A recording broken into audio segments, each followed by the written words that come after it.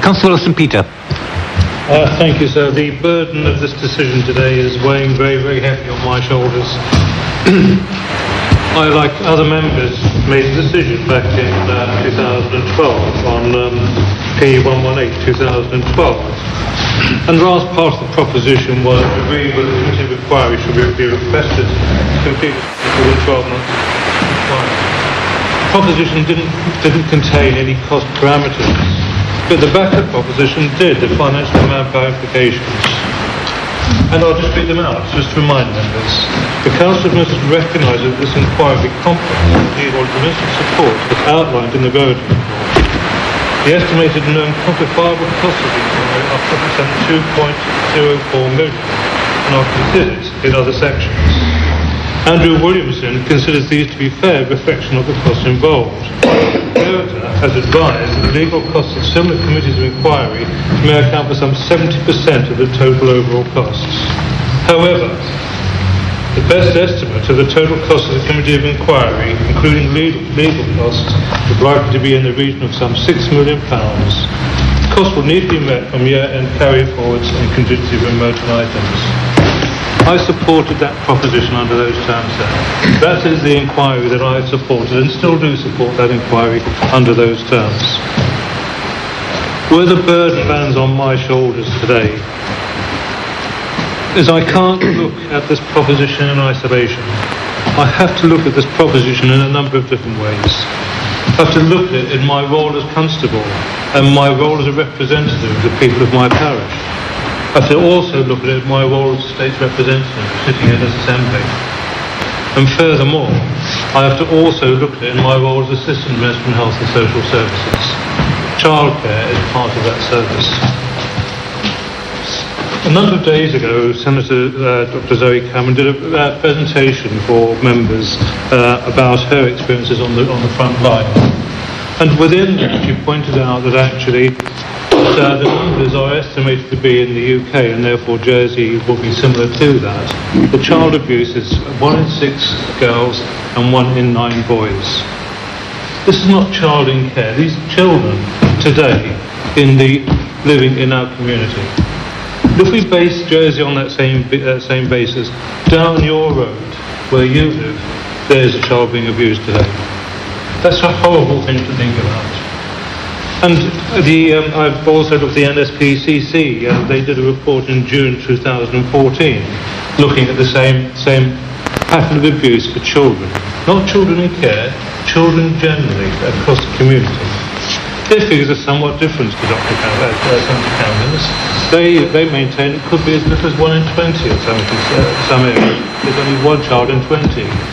Only 1 child in 20. 1 child in 20 is 1 too many. And at the bottom of every page of the report, it says, every childhood is worth fighting for. And that's where the weight is falling heavily on my shoulders today. Because I know that there's a high probability that we could have hundreds of children today in Jersey that need protection of this government, this Assembly, in our responsibility, our moral responsibility to care for the children going forward. We know the impacts of child abuse and what that does to adults. There is very strong evidence that many who are abused go on to be abusers themselves, and certainly some of the older members will remember the debate we had on Family X, where the mother of the children was abused, she abused her children. Unfortunately at that time the social service didn't realise that she had been abused. They put the children with the grandparents, and the grandparents went on to abuse those same children. That is a type of scenario that we have a responsibility to protect. And this, members are saying this is not about people. It is about people, because if we take funding away from where we need to be dealing with the issues of today, then where do we take it from? If we say we agreed today there's £14 million is going to be paid out, hopefully that will be the end of it.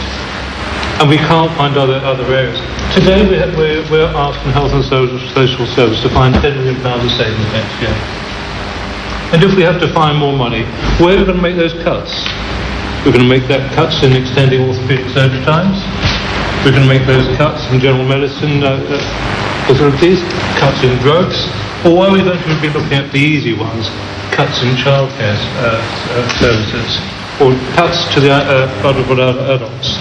And that's where I have a great problem. I entirely agree with the Chief Minister in bringing this proposition and that we need to bring this to closure. What I cannot square is also my responsibility to the people in our community today, including children, who we equally have a moral responsibility to protect. And that's where I have extreme difficulty. I came to this assembly this morning with a firm conclusion. I can't vote against the proposition, but I can't vote with it.